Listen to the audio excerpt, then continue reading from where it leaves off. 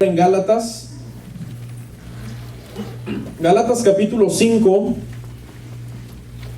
versículo 1. Vamos a leer al 15, hermanos. Gálatas capítulo 5, versículo 1 al 15. Abra ahí su Biblia, por favor. Y vamos a estar en pie un par de segunditos, un par de minutitos para leer rapidito y luego predicamos. Amén. La palabra del Señor dice, Gálatas capítulo 5, verso 1 al 15: Estad pues firmes en la libertad con que Cristo nos hizo libres, y no estéis otra vez sujetos al yugo de esclavitud. Dice: He aquí, yo Pablo os digo que si os circuncidáis, de nada os aprovechará Cristo. Y otra vez testifico a todo hombre que se circuncida, que está obligado a guardar toda la ley de Cristo. Dice, de Cristo os desligasteis los que por la ley os justificáis. Mire la gravedad de uno quererse meter a la ley, ¿no? Dice, de Cristo os desligasteis los que por la ley os justificáis, de la gracia habéis caído. Fíjense que muchas veces esta frase de la gracia, alguien cayó, se usa para decir que alguien cayó en pecado. Y aquí en el contexto, cuando esta frase se usa de caer de la gracia, son las personas que comienzan a judaizar, comienzan a dejar el evangelio y a volverse al judaísmo. Eso es caer de la gracia. Retomo: de Cristo os desligasteis los que por la ley os justificáis, de la gracia habéis caído. Pues nosotros por el Espíritu aguardamos por fe la esperanza de la justicia, porque en Cristo Jesús ni la circuncisión vale algo, ni la incircuncisión, sino la fe que obra por el amor. Y luego Pablo se sorprende con los Gálatas, ¿no? Que empezaron siendo cristianos y después se volvieron judíos. Vosotros corríais bien. ¿Quién os estorbó para no obedecer a la verdad? Esta persuasión no procede de aquel que os llama. Un poco de levadura leuda toda la masa. Yo confío con respecto de vosotros en el Señor, que no pensaréis de otro modo, mas el que os perturba llevará la sentencia, quien quiera que sea. Y yo, hermanos, si aún predico la circuncisión, ¿por qué padezco persecución todavía? En tal caso, se ha quitado el tropiezo de la cruz. Ojalá se mutilasen los que os perturban, porque vosotros, hermanos, a libertad fuisteis llamados, solamente que no uséis la libertad como ocasión para la carne, sino servíos por amor los unos a los otros, porque toda la ley en esta sola palabra se cumple: amarás a tu prójimo como a ti mismo.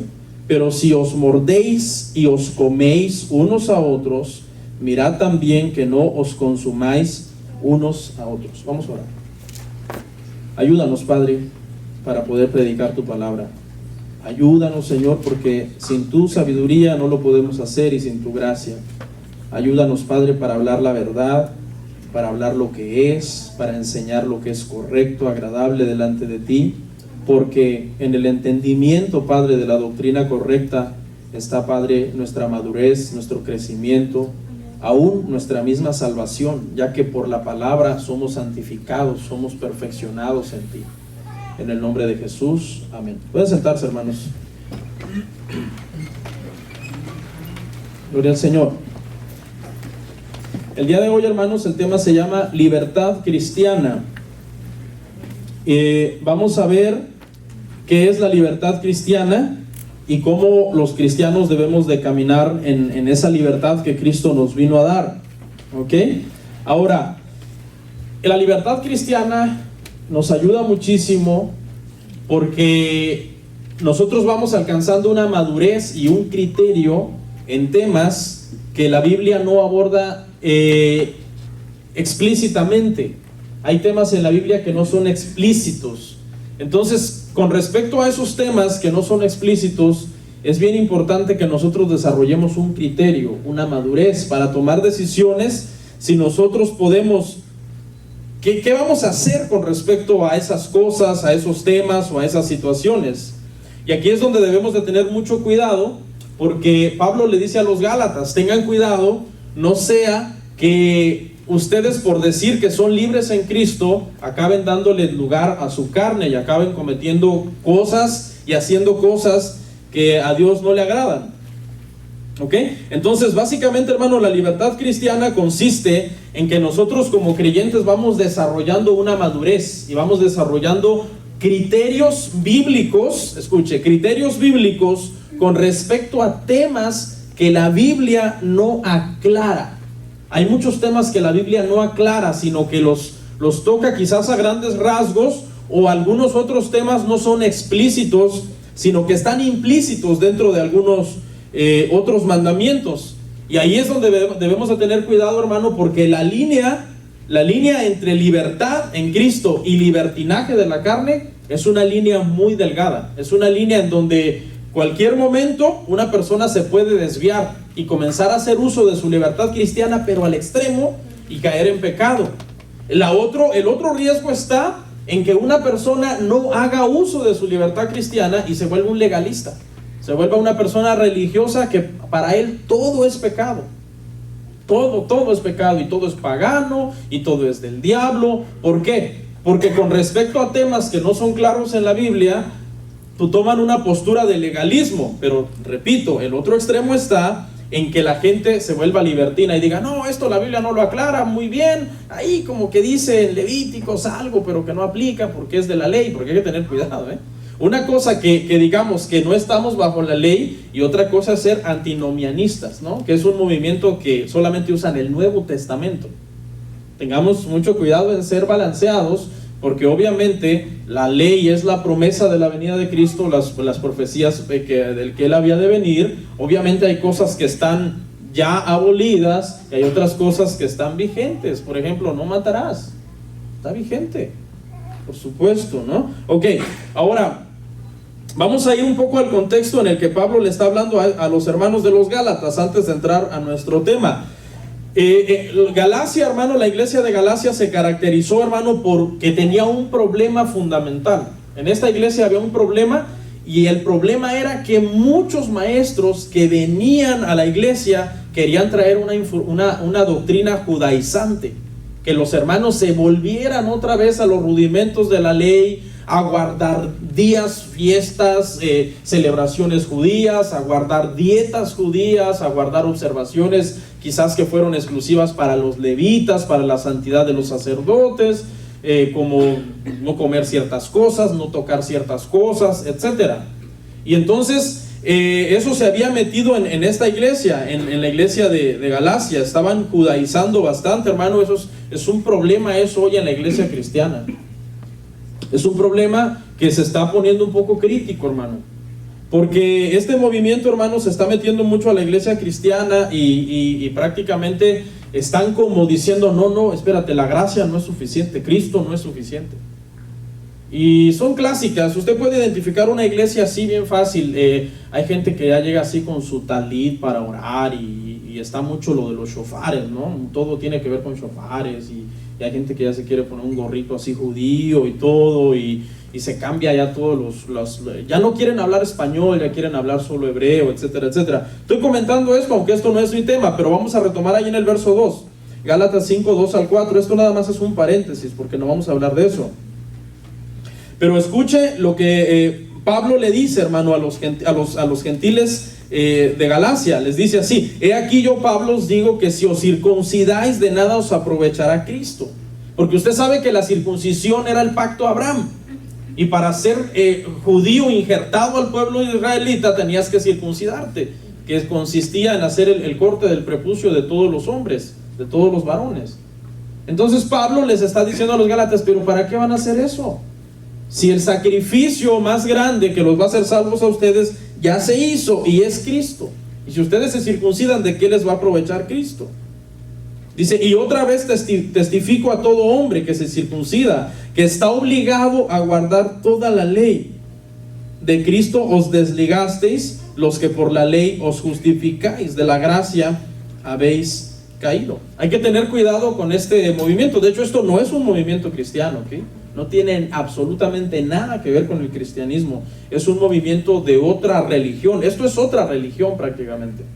Hay muchos que dicen, no, pues el hermanito es judaico, es esto. No, ellos no son cristianos. Eso que le quede a usted claro, ¿ok? Los judíos mesiánicos no son cristianos. Ellos no son cristianos. Así que tenga mucho cuidado a qué cosas usted le da like y a qué cosas usted celebra y qué cosas usted aplaude, ¿ok? Le voy a decir a grandes rasgos qué es lo que ellos creen. Ellos creen que nosotros, la iglesia evangélica cristiana, estamos mal, que debemos de cerrar la iglesia el domingo y reunirnos el sábado. Ellos creen que Jesús, al que nosotros le cantamos, es un Dios falso y que nunca Dios oye nuestras oraciones por cuando oramos en el nombre de Jesús, porque los nombres no tienen traducción, y como su nombre no es Jesús sino Yeshua, tú estás hablando en vano, puedes morirte orando porque Él jamás te va a oír. ¿Sí? Entonces tenga usted mucho cuidado con este tipo, hermano, de movimientos. Repito, no es mi tema, pero quiero hacerle una alerta para que no vaya a ser que usted... Es que porque esas cosas te van arrastrando poco a poco. Suena bonito la cultura judía, hay que orar por los judíos, hay que orar por la paz de Jerusalén, siempre hay guerra allá y todo, son el pueblo de Dios, etcétera, y por ahí mucha gente se va metiendo, cuando se da cuenta, ya no es cristiano. Vamos a leer Gálatas 5, 14 al 15.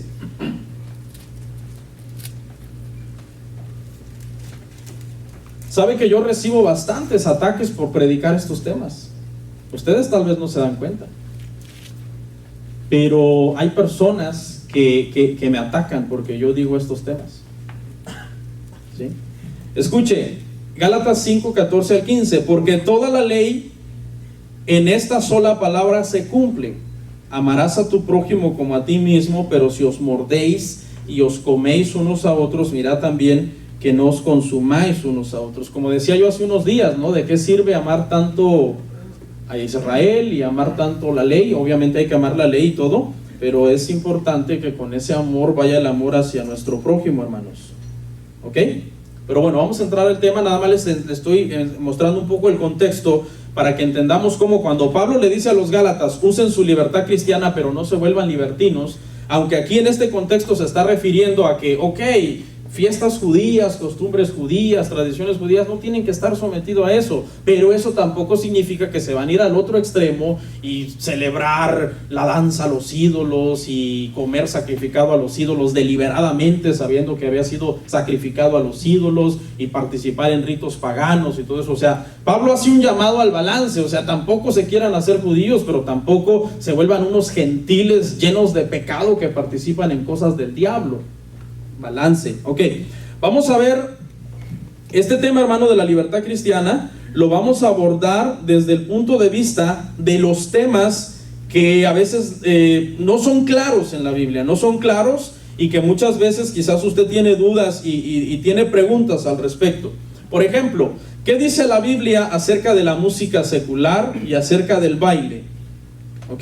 ¿Qué dice la Biblia? La Biblia no es explícita con respecto a ese tema, ¿no? Hay muchos pastores que, abusando de la libertad y abusando de la gracia, y desde mi punto de vista cayendo en libertinaje, enseñan que hay cierta música secular que puede ser nociva, pero otra no, y que tú puedes escuchar música romántica con tu pareja, y si la escuchas con gente madura, cristianos maduros, pues no les vas a servir de tropiezo porque son maduros. Pero si hay débiles que les puede servir de tropiezo, mejor que no la oigas delante de ellos, sino hasta que ya ellos ya no están, ya se fueron. Y te puedes echar una bailada también con la señora, porque finalmente la Biblia no es explícita con respecto a este tema. No hay un versículo que diga, se prohíbe la música secular, se prohíbe bailar. Al contrario, muchos hasta agarran el Salmo y dice, ¿no dice que Él cambiaría nuestro lamento en baile, hermano? ¿Ok? Entonces, mire, vamos a ir a 1 Corintios 6:12. Vamos a ir a 1 Corintios 6:12.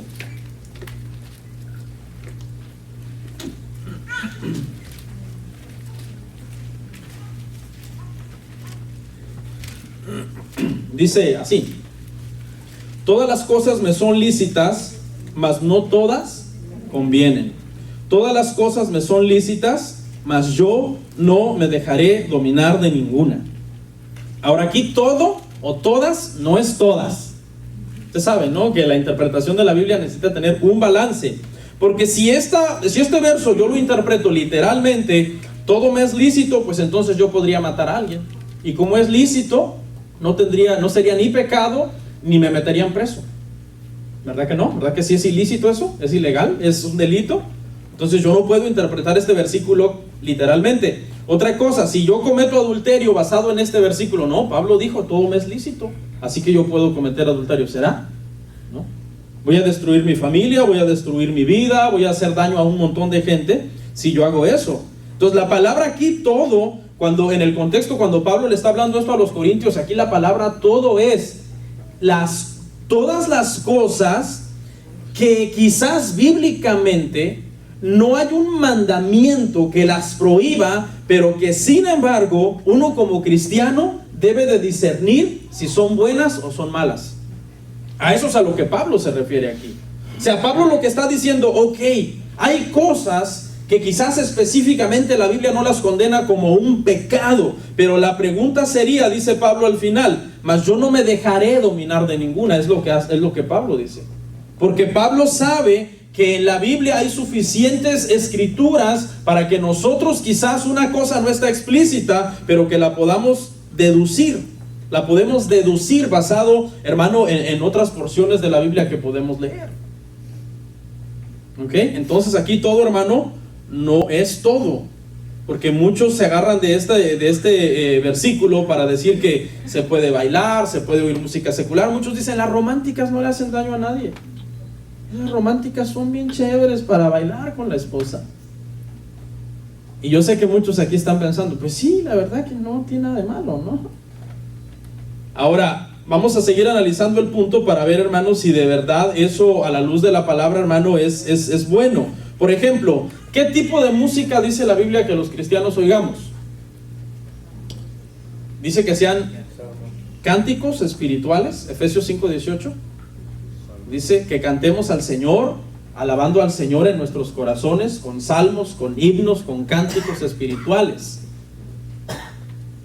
La gente que dice, no, es que yo voy a oír música romántica con mi esposa porque a través de esa música romántica pues vamos a ser ministrados para que nos quedemos mirando el uno al otro en una mirada matadora y luego nos fundamos en un abrazo y en un beso apasionado, porque se supone que están usando esa música como un puente para ellos enamorarse y para ellos hacerse piropos y decir, ay, ¿te acuerdas? Esta es la canción de cuando éramos novios, fue la primera que bailamos. O sea, se supone que los pastores que dicen que puedes oír música romántica secular es con ese propósito de que tú emocionalmente esa música te ministre y que tengas una buena relación con tu pareja.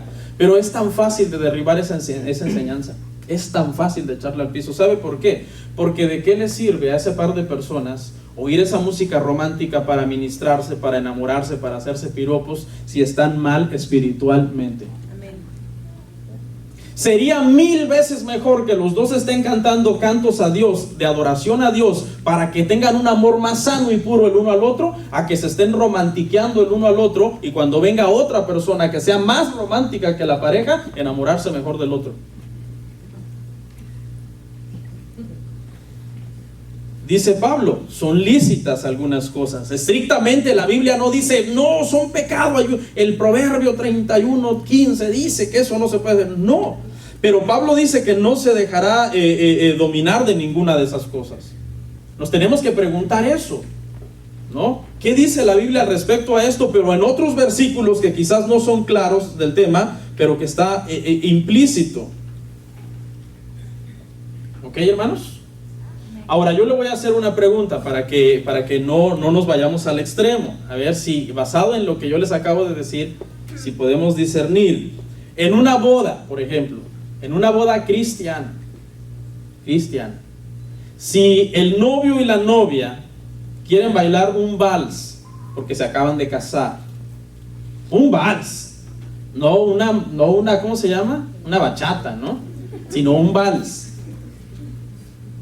Estrictamente podemos salir de esa boda murmurando y diciendo, no hombre, estos grandes pecadores bailaron un vals y eso es de la carne, eso es algo sensual y pecaron y son unos inmorales, etcétera. Yo le haría esa pregunta a usted.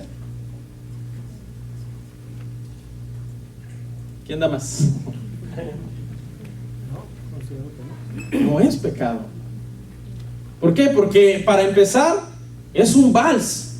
Es una tradición, es una costumbre. Más adelante vamos a llegar al tema de las tradiciones. Por ejemplo, las quinceañeras bailan un vals con su papá, con su mamá, con su primo, con su abuelo. Bueno, el desfile es larguísimo. Si tú vas a una quinceañera y la quinceañera baila un vals con su papá, con su mamá, etcétera, ¿vas a salir murmurando diciendo esto es un pecado? No.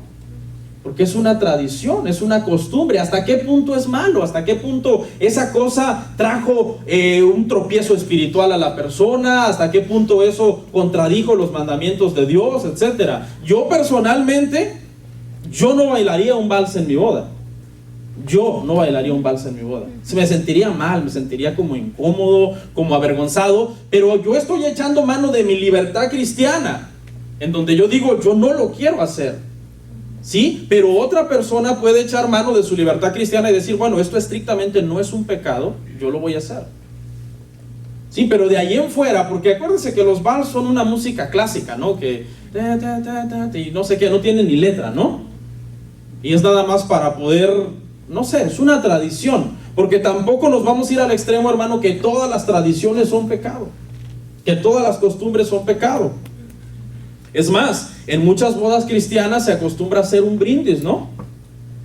El otro día como que las botellas no eran de vino sin fermentar, ¿no?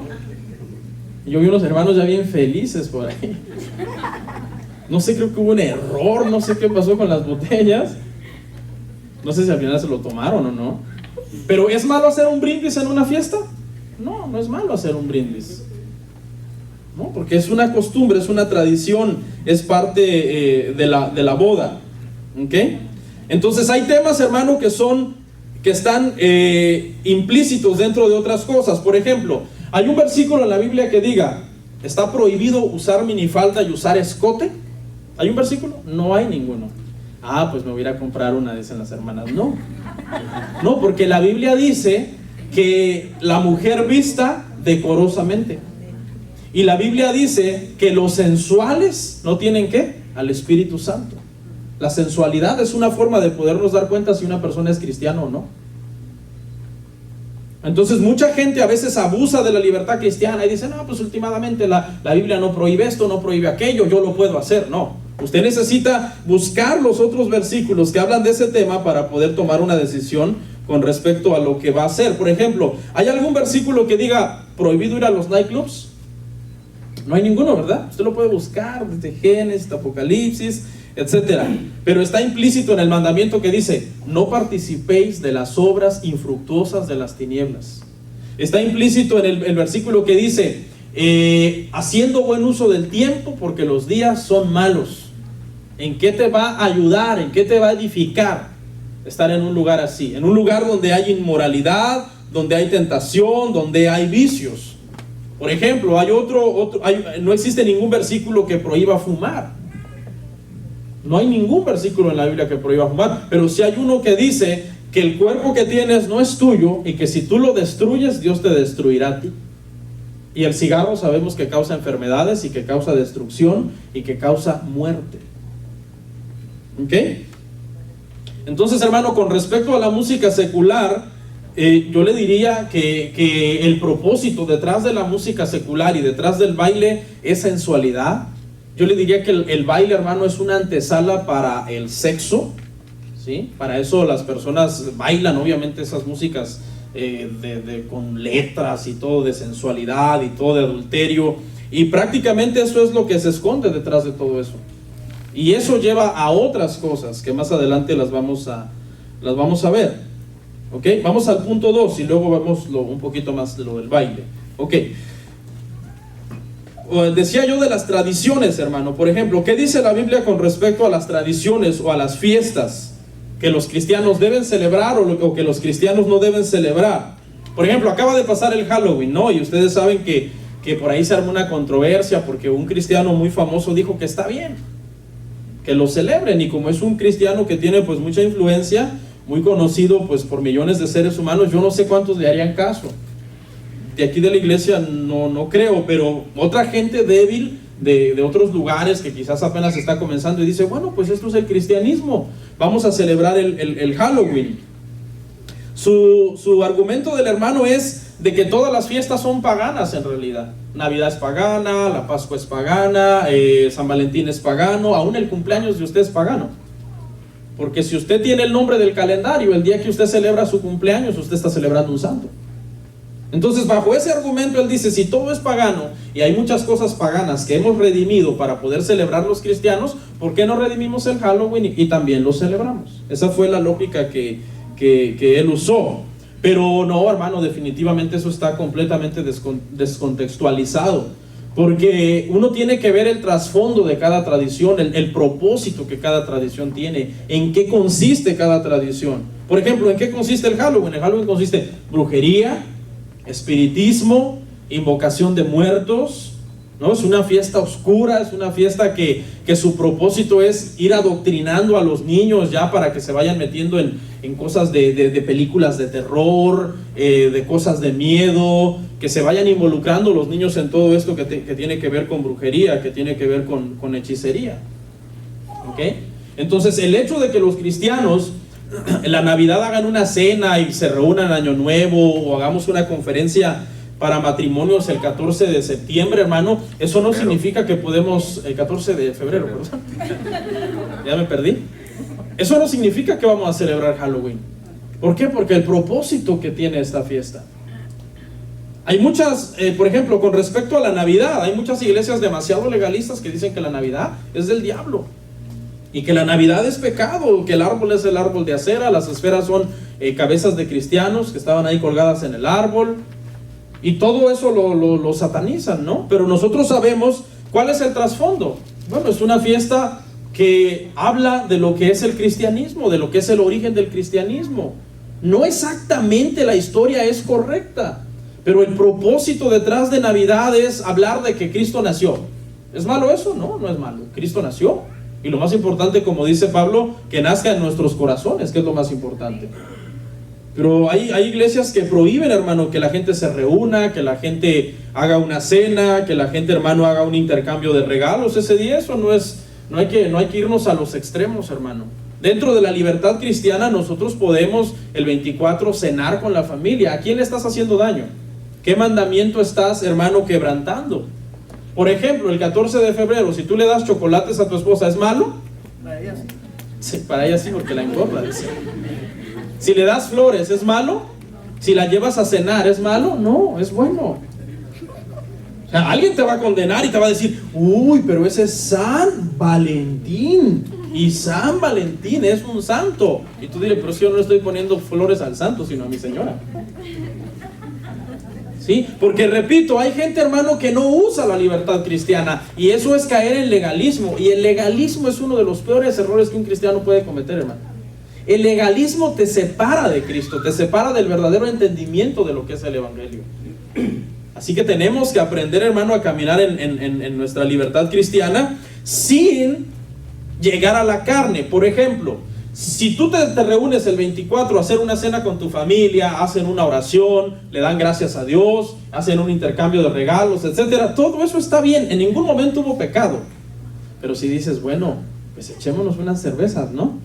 Ahí ya estás volviéndote un libertino. No, pues celebremos Navidad, pero celebrémosla bien. Tráiganse las cervezas, pónganse la música, la cumbia o la quebradita, y vamos a celebrar que Cristo nació. No, pues ya te fuiste al extremo. Ya se salió de la libertad y se volvió el libertinaje. ¿Ok?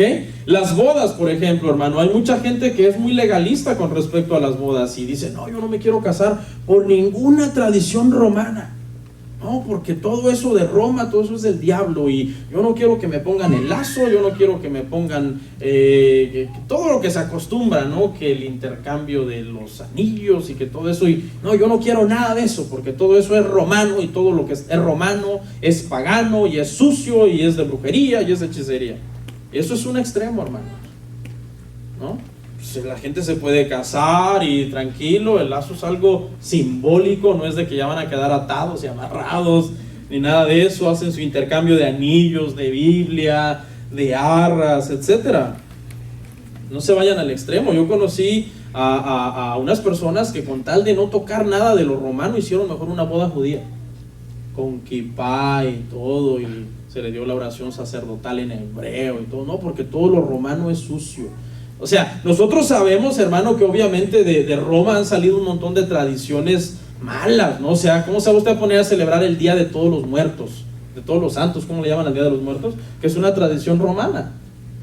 ¿Es bueno que usted esté celebrando a los muertos? No, no es bueno, porque eso es caer ya en cosas de hechicería y todo eso.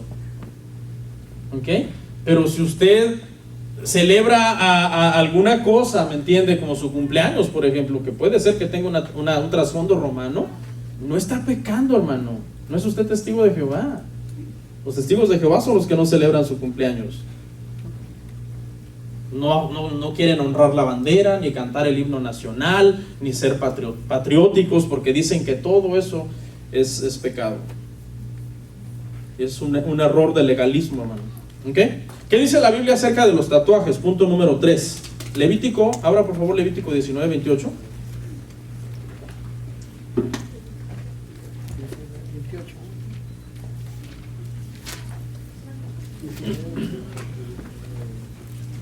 Me contaba una pareja, unos hermanos, acerca de la Navidad, que en su iglesia está estrictamente prohibido, prohibidísimo celebrar Navidad. No te puedes reunir, ni hacer comida, ni intercambio de regalos, ni nada.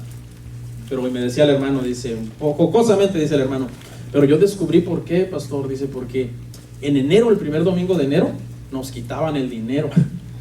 Nos hacían una primicia para empezar el año. Entonces, la clave era, entre estos, más ahorren su dinero en diciembre y no lo gasten en regalos, ropa, ni nada de eso, pues más van a dar en enero.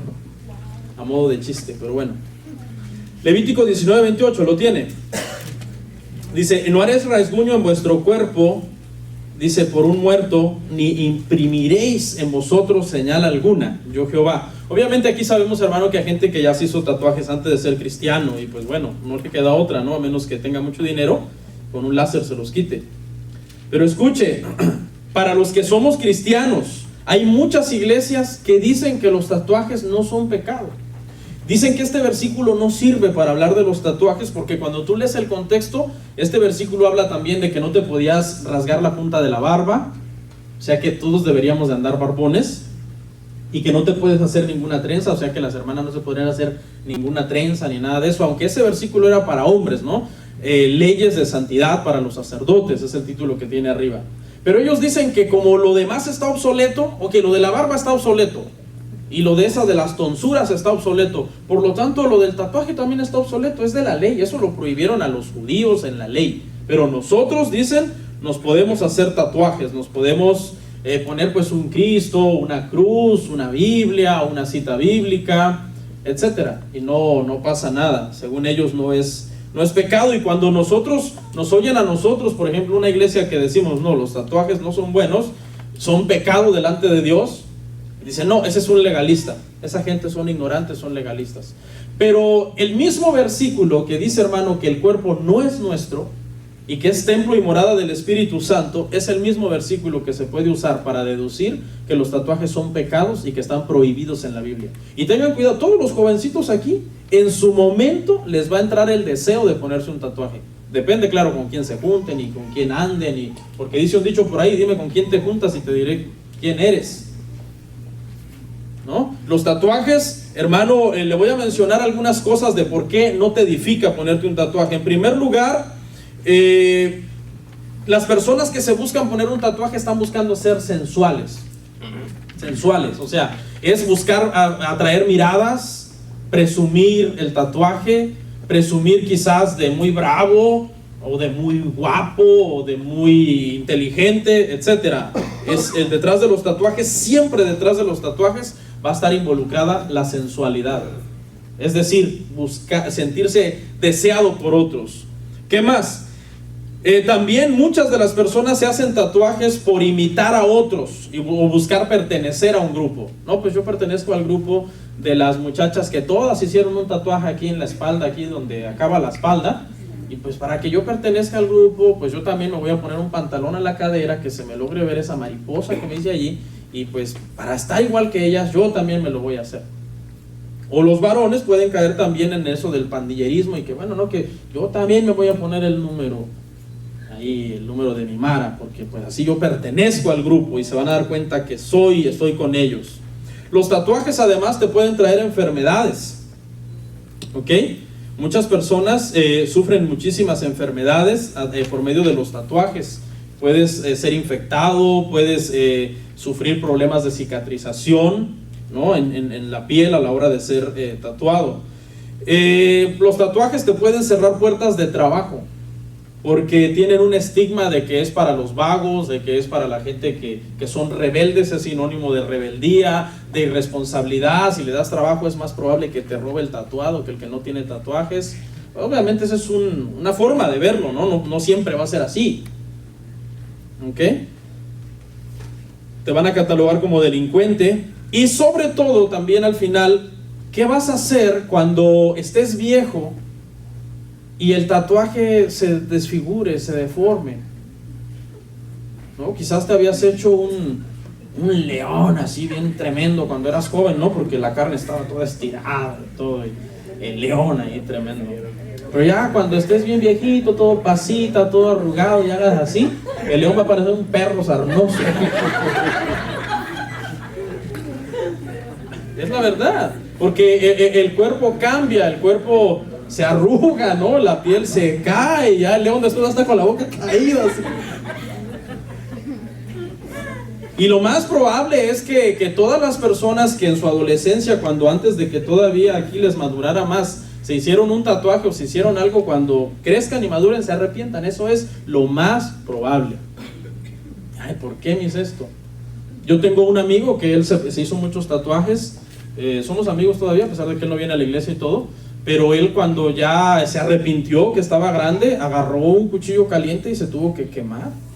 Es bien bravo el tipo, ¿no? Y se tuvo que quemar bastante el hombro, y se hizo una tremenda cicatriz para poder disimular el tatuaje, porque ya cuando creció se arrepintió, ¿ok? Obviamente, si tú le vas a preguntar a un líder de jóvenes de esas iglesias donde no leen la Biblia, y ese líder de jóvenes anda, ¿verdad?, con su arito acá y su peinado punk, ¿no? Y se sube a predicar con unos jeans bien rotos, así bien rotos, hermano, no una roturita, sino ya se le ve toda la piel de las piernas. Y tú le preguntas a ese líder, oye, ¿tú qué opinas de los tatuajes? No, hombre, hazte uno. Obviamente eso es lo que te va a decir, porque ese es el contexto en el cual él se mueve. Ese es su entendimiento de él, del cristianismo. Él entiende el cristianismo así. Para él eso es el cristianismo. Pero sinceramente, hermano, Dios sigue siendo santo. Dios sigue siendo santo, y la Biblia dice que sin santidad nadie verá al Señor. Así que tenga cuidado, muchachos, cuando se vean en esa tentación de ponerse sus tatús. Ahí hay padres alcahuetes que hasta se los pagan. Yo te lo pago, mijo, hazte un perro ahí.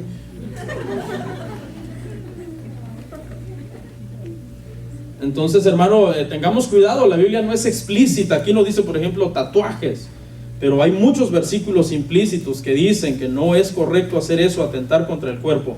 Ok, avanzo. ¿Qué dice la Biblia sobre las bebidas alcohólicas? Porque Jesús tomaba vino, Pablo le recomienda a Timoteo que tome vino. Vamos a verlo, 1 Timoteo 5:23.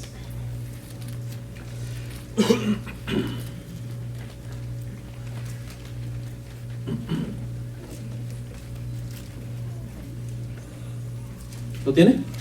Ya no bebas agua, sino usa de un poco de vino por causa de tu estómago y de tus frecuentes enfermedades. ¿Ok? Alguna vez yo le pregunté a alguien que por qué esto estaba en la Biblia, cuando yo estaba recién convertido. ¿Por qué esto está en la Biblia? Y me dijeron lo siguiente, que está mal la explicación que me dieron. No, es que ese vino era un vino diferente, era un vino sin fermentar. Por eso es que Pablo le dice a Timoteo que tome vino, porque no era un vino para emborrachar. Eso es error. Este vino es un vino normal, 100% normal. Obviamente los vinos tienen diferentes grados de alcohol y de fermentación, pero este era un vino que tenía alcohol. La palabra original en el griego es la palabra oinos, y significa vino para tomar, ¿ok? Ahora, Ok, si Pablo le está mandando a Timoteo que tome vino normal, entonces ¿yo puedo tomar vino normal? No, espérate, es que hay que ver el contexto en el que Pablo está hablando. Número uno, Pablo no lo manda a emborracharse. Pablo le dice, usa de un poco de vino. No lo está mandando a emborracharse. Número dos, la razón por la que le está mandando el vino es por cuestión de salud. Porque Timoteo estaba enfermo, padecía constantemente del estómago. El contexto histórico dice que en los tiempos de Pablo y de todos ellos, el agua que se ingería era un agua muy contaminada, estaba muy sucia. Entonces generalmente la gente sufría muchas enfermedades estomacales por el agua que ingería. Por eso Pablo le dice, ya no bebas agua, mira, ya no bebas agua. Eso pareciera como un mandamiento que contradice la nutriología, ¿no? ¿Qué te dicen los nutriólogos o los doctores? Toma mucha agua, ¿sí o no? Entonces, alguien puede agarrar esta parte y decir, no, la Biblia prohíbe tomar agua. No, es que tú tienes que entender que en ese momento en que prohíbe tomar agua, es porque el agua estaba contaminada y hacía daño a las personas. Ahora el agua de Royal Prestige está bien buena, hermano. Está bien. Sí, está bien purificada, no sé, 500, no sé qué cosa, quita los filtros y no sé. ¿Sí? Ahora hay agua pura, hay agua limpia, hay agua potable que tú puedes tomar. Número 3, escuche, en el contexto en que Pablo está mandando a Timoteo a tomar vino, es en un contexto en donde todas las personas, culturalmente, el concepto que tienen del vino es que es una bebida común y corriente que hasta los niños tomaban. Si usted va a países, hermano, europeos, todo el mundo se sirve vino a la hora de comer. En ese contexto cultural es que Pablo le está diciendo, en ese momento, en el contexto cultural, no es para nada ningún pecado. Obviamente, hermanos, se entiende que no lo está mandando a emborracharse. No lo está mandando a emborracharse en ningún momento. En el contexto cultural es una medicina. Cuando Timoteo oye la instrucción de Pablo, que Pablo le dice, usa vino, Timoteo no se pone por dentro como, ya la hice, tengo el permiso del apóstol, me voy a poner unas. No, Timoteo lo asume como, ok, yo no tomo mucho vino, pero si él me dice que por mi salud tome vino, voy a tomar vino. Un poco de vino por cuestiones de salud. Ese es el contexto histórico. Ahora, ¿cuál es el contexto histórico, hermano? ¿Cuál es el contexto actual de nuestra cultura latina? ¿Para qué tomamos vino o toman vino los latinos? Yo antes, cuando de ser cristiano, fui borracho, tomé el alcohol, me alcoholicé. ¿Okay? La principal razón por la que los latinos toman vino o bebidas alcohólicas es para emborracharse. Esa es la primera razón. Para desinhibirse, que se les salga lo tímido y que puedan sacar a bailar a la que le gusta. Para buscar mujeres, para gastar todo el dinero del salario y dejar a los niños sin zapatos. Para exponerse a que ya intoxicado haga locuras, agreda a alguien y se meta en problemas, para hacer daño a los demás. Miren cómo describe a la perfección la borrachera Proverbios 23, 31, 35 y la prohíbe. Proverbios 23, 31 al 35.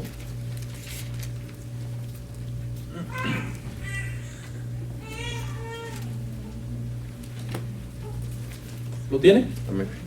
Mire lo que dice, no mires al vino cuando rojea, o sea, justo cuando el vino está en su punto para emborrachar a la persona.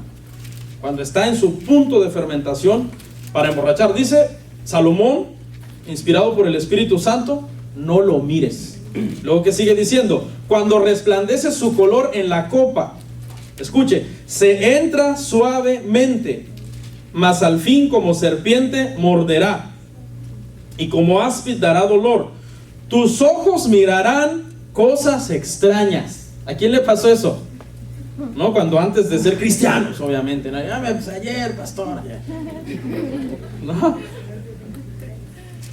O sea, tus ojos mirarán cosas extrañas. Por eso el borracho es peligroso, porque él mira cosas extrañas.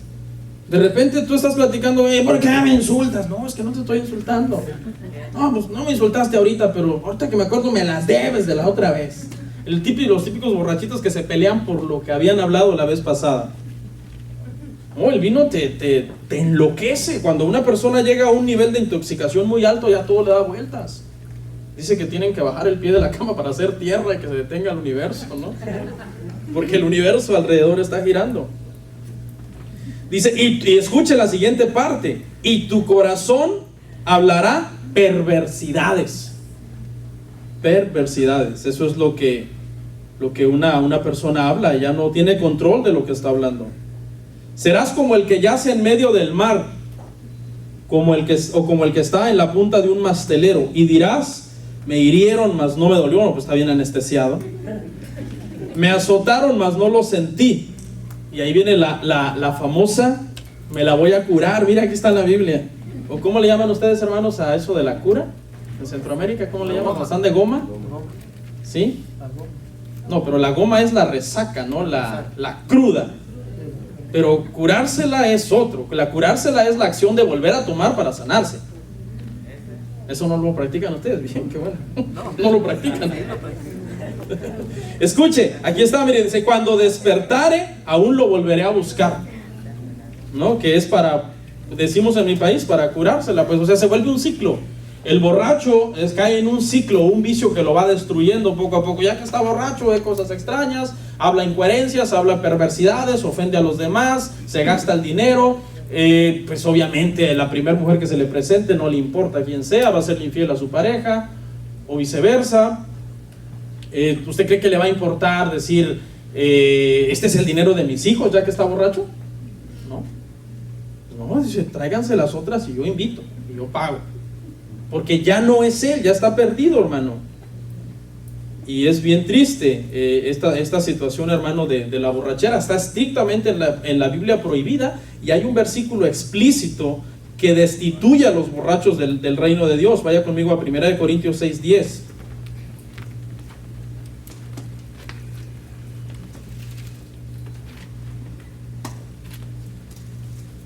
Ya terminé. 1 Corintios 6:10, hermano, ¿lo tiene? Ni los ladrones, ni los ávaros, ni los borrachos, ni los maldicientes, ni los estafadores heredarán el reino de Dios. ¿Ok? Ahora, la pregunta sería, si en mi libertad cristiana yo puedo probar vino, ¿no? ¿Hasta qué punto eso me conviene, o eso me edifica, o eso al final, si la persona es débil, lo va a acabar dominando y arrastrando al vicio? Porque Timoteo se le recomienda por salud. Muchos dicen, no, yo tengo el dominio propio de tomar, de probar vino a la hora de la comida, y no pasa nada, yo no soy borracho. Muchos dicen eso. Pero es bien tremendo, porque la Biblia dice, hermano, que una persona podrá jugar con el fuego sin quemarse. Por ejemplo, una persona que en el mundo fue alcohólico y ahora dice, no, yo tengo dominio propio, la Biblia no prohíbe estrictamente probar el vino, yo lo puedo probar, lo puedo, como los catadores, ¿no? Que agarran la copa así y le echan el vino. Este es tal vino, porque son expertos en eso, ¿no? Pero un permiso pequeño te puede llevar a un permiso mayor, y eso te puede llevar a una caída. Y borracho, lo único que demostraría es que nunca fuiste cristiano. Que nunca fuiste cristiano, que siempre las pasiones y los deseos de tu carne te dominaron, y por eso acabaste emborrachándote. Así que, hermanos, aquí está la aclaración de que las bebidas alcohólicas verdaderamente mejor ni mirarlas. En nuestro contexto cultural de nosotros, ni mirarlas, porque las personas no tienen esa cultura de decir es por medicina, o es por esto, es por lo otro. Siempre tiene propósitos malos, de borracheras y de cosas que no edifican. ¿Ok? Ya para terminar, le voy a mencionar otros temas. Hay muchos temas que no son explícitos. Por ejemplo, ¿qué dice la Biblia de la aportación de armas? A mí me han preguntado mucho eso. Pastor, ¿puedo usar armas siendo cristiano? Claro que sí. Porque las armas son instrumentos que se pueden usar para defensa personal, ¿sí? Para practicar tiro al blanco. Los cristianos pueden portar armas. Obviamente tienen que hacerse un examen psicométrico primero para ver si no están chiflados, ¿no? Porque las personas que están mal de aquí son los que agarran las armas y hacen matanzas. Y obviamente, ahora, escuche, el hecho de que le digo que un cristiano puede portar arma o tener arma en su casa no significa que yo le estoy mandando a comprar arma. No, yo no le estoy mandando a comprar arma. Eso es libertad cristiana de usted. Usted sabe cómo hace uso de su libertad cristiana. A mí me daría muchísimo miedo tener un arma en mi casa. Viviría con el alma en un hilo, a ver a qué horas mis hijos la encuentran y hacen una desgracia. Pero estrictamente no es prohibido ni es pecado dentro de la... Muchos que oigan esta prédica, no, ese pastor es un libertino, porque dice que un cristiano puede portar armas, y van a salir con lo siguiente: ¿y para qué quiero armas si el ángel de Jehová campa alrededor de mí y me defiende? ¿Y para qué quiero un arma si el Espíritu Santo me cuida, etcétera? No, es que las armas se usan para defensa personal. Porque si un día tú estás en tu casa, entra un tipo armado, empieza a matar y a violar a tu hija delante de ti, tú estás en todo tu derecho legal de sacar un arma y matarlo. Y no vas a ir preso, no es pecado delante de Dios. Esto lo vamos a quitar del video para los débiles. Ok, o vas a dejar que le hagan lo que sean a tu hija, a tu esposa. Claro que no. Ese tema ya lo di en otra prédica, y hasta ahí lo voy a dejar ahorita. Los que tengan dudas al final podemos hablar. En Levíticos, por ejemplo, dice: cuando alguien entre a robar a tu casa y tú lo hieras y lo mates, no pasa nada. Ok, por eso es que los cristianos pueden ser de la policía, los cristianos pueden ser del army, del ejército, y cuando andan matando gente, el cristiano pues tiene que matar a los malos, tiene que matar a todos los malos para poder hacer justicia. No, es que soy cristiano, yo no puedo matar, mejor mátenme a mí, ¿no? Ok, ahora, por ejemplo, también últimamente me han preguntado ¿qué de las amistades, en el caso de los casados, qué tan bueno es que tengan amigos o amigas, ¿no? Por ejemplo, en este caso del sexo opuesto, ¿qué tan sano es que una persona tenga, por ejemplo, yo que tenga un montón de amigas y que le diga a mi esposa: ahorita voy a ir a tomar café con una amiga, y que estoy yo chateando y texteando con una amiga y todo, ella con sus amigos y todo? ¿Hasta qué punto eso es prudente o es sabio de parte de un hombre empezar a comunicarse con mujeres? Eso está ahorita de moda, hermano, el adulterio cibernético. Está de moda ahorita porque a través de las redes sociales muchas personas se encuentran a alguien atractivo y lo empiezan a enamorar, y quizás la persona le corresponde, y ahorita se está cometiendo mucho adulterio virtual, y muchos dicen: no, pero es que nunca la conocí, nunca lo vi físicamente a la persona. La Biblia dice que si tú codicias a alguien en tu corazón, ya adulteraste con esa persona. Así que no es pecado, pero por prudencia debemos de tener mucho cuidado. Mucho cuidado. En el momento en que tú estés comunicándote con una persona, ok, y sientas el deseo como de borrar, esconder el teléfono, que tu esposa no sepa o tu esposo no sabe, desde ese momento estás jugando con fuego. Estás jugando con fuego porque por alguna razón tú no quieres que esa relación sea abierta, que tu pareja sepa, porque algo escondes. Y eso te va a traer una destrucción tremenda. No hay uno de los pecados más destructivos dentro de la iglesia es el adulterio. Es el adulterio, se destruye bastante, hermanos. ¿Ok, hermanos? Entonces, por favor, hermanos, tengamos cuidado con nuestra libertad cristiana. A mí me sorprende ver cristianos, hermano, que el sábado ponen en el Winnet Arena con Luis Miguel. Aquí con mi esposa romantiqueando, gloria a Dios, le ponen hasta abajo y unas manitas así. Y luego el domingo suben una foto con las manos así, adorando al Señor, al Rey de Reyes. Y hasta ministros de alabanza, hay ministros de alabanza de iglesias así muy cool, que nosotros no somos legalistas, dicen. Se van al concierto de Justin Bieber, los jóvenes, al de Taylor Swift, a un concierto de rock, y los papás dicen: sí, yo le dejo que vaya al concierto de rock. Sí, nada más que el concierto de rock no es nada más el concierto de rock. El concierto de rock incluye drogas, incluye sexo ilícito, alcohol, incluye que te la pueden hasta matar ahí en un baile que se ponga muy agresivo. Entonces, hermano, tengamos mucho cuidado con ese tipo de cosas, con darse permisos. No, es que esto está bien porque esto la Biblia... Por ejemplo, no hay un versículo que diga no puedes ir a un concierto de música secular, porque ni menciona la música secular. Pero todo lo que rodea ese concierto, todo lo que involucra ese concierto, te va a traer edificación. Vamos a ver cómo lo dijo Pablo para terminar la última cita. 1 Corintios 10:23.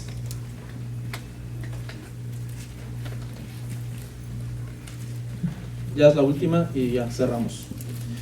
Dice Pablo, hermano, en 1 Corintios 10:23, que se parece mucho al otro que leímos, pero lo termina diferente. En el otro dice, no me dejaré dominar de ninguna. En esta dice, todo me es lícito, pero no todo conviene. Todo me es lícito, pero no todo edifica. ¿En qué te va a edificar ir al concierto de Justin Bieber, al concierto de Selena Gómez, de Diana Grande, o no sé cómo se llama? Diana, algo así, ¿no? La Grande, no sé. ¿En qué te va a edificar, hermano, que andes ahí, que probando vino, que no, que yo lo domino, ya la segunda, yo lo domino, ya la tercera, que lo domino, te digo? Estás jugando con una serpiente. Dice que al final te morderá y te causará dolor. ¿En qué te va a edificar disfrazar a tus hijos en Halloween y mandarlos a las calles en lo oscuro? ¿Sí? ¿Vieron las noticias que en esta temporada pusieron muchas cosas en los dulces, ¿no? Alfileres, navajas, que siempre ha sido como un mito según, y hoy se hizo realidad. Entonces, ¿en qué edifica eso a tus hijos? Por ejemplo, si disfrazas a tu hija de bruja, la Biblia dice que la hechicera muera. ¿Se imagina? La Biblia es clara al respecto, que la hechicera muera. Maten a la hechicera. No quiero hechicera en mi pueblo, dice la Biblia. Mátenla. Entonces, hay cosas, hermano, que obviamente dentro de nuestra libertad cristiana nosotros podemos practicar. Por ejemplo, ya viene la Navidad, hermano, no sean legalistas. No sean mente cerrada. Regálenle aunque sea algo a su esposa, aunque sean unos calcetines, ¿no? Hay mujeres pobres que andan con los cañales todos partidos ahí por el frío. ¿Sí? Hagan una reunión, hagan un intercambio de regalos. O sea, no sean legalistas. Y pues tampoco se vayan al otro extremo, hermanos. Vamos a orar.